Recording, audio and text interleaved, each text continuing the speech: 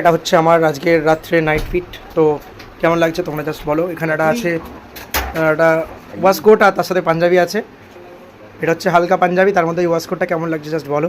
দারুণ লাগছে। লাস্ট লুকে আমি দেখাচ্ছি। বিয়েবাড়ির তোমরা পার্ট 1 পার্ট 2 তোমরা দেখেইছো, এবার তোমাদেরকে দেখাচ্ছি পার্ট 3টা। আর এই হচ্ছে বিয়ের রাত্রিটা কীরকম সাজানো হয়েছে, ডেকোরেশনটা তোমরা জাস্ট কমেন্টে দেখে বলো।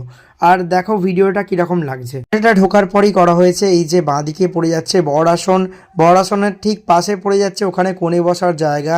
আর ঠিক ডান দিকে দেখতে পাচ্ছ এটা হচ্ছে বিয়ের মণ্ডপ। পুরোপুরি বলতে গেলে একদম দারুণ একটা সজ্জা করা হয়েছে। এবং এই হচ্ছে সেই বিয়ের গেট। আর এই গেটে দেওয়া আছে বোন এবং তার বরের ছবি। গেটের ঠিক পাশেই তোমরা দেখতে পাচ্ছ আমার গনু দাদাকে বসে থাকতে। এখানে গনু দাদা বসে আছে।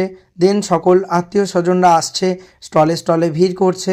ফুচকা স্টল, কফি স্টল এবং তার সাথে করেছিল হচ্ছে একটা সুন্দর রসনা স্টল, যেটা হচ্ছে জলজিরা। দারুণ বেশ লাগছিল। আর এই যে হচ্ছে পিউকে কেমন লাগছে তোমরা জাস্ট কমেন্টে জানিও। সত্যি খুবই সুন্দর লাগছে ওকে।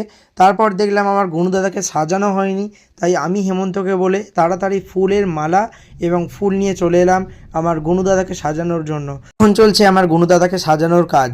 সত্যি খুবই সুন্দর, কারণ কীরকম একটা লাগছিল এর আগে, আর এখন তো পুরোপুরি সম্পূর্ণ হলো। জয় গণপতি বাপ্পা মৌরিয়া।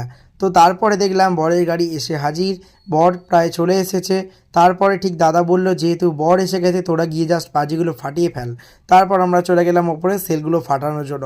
এই ফাটছে না কেন ফাটছে না কেন ওয়েট করতে করতে জাস্ট তোমরা দেখো জিনিসটা এতটা সুন্দর লাগছে না, পুরো জোরদার। আর এত সুন্দর অ্যাম্বিয়েন্সটা করেছে সত্যি বলতে পুরো দারুণ।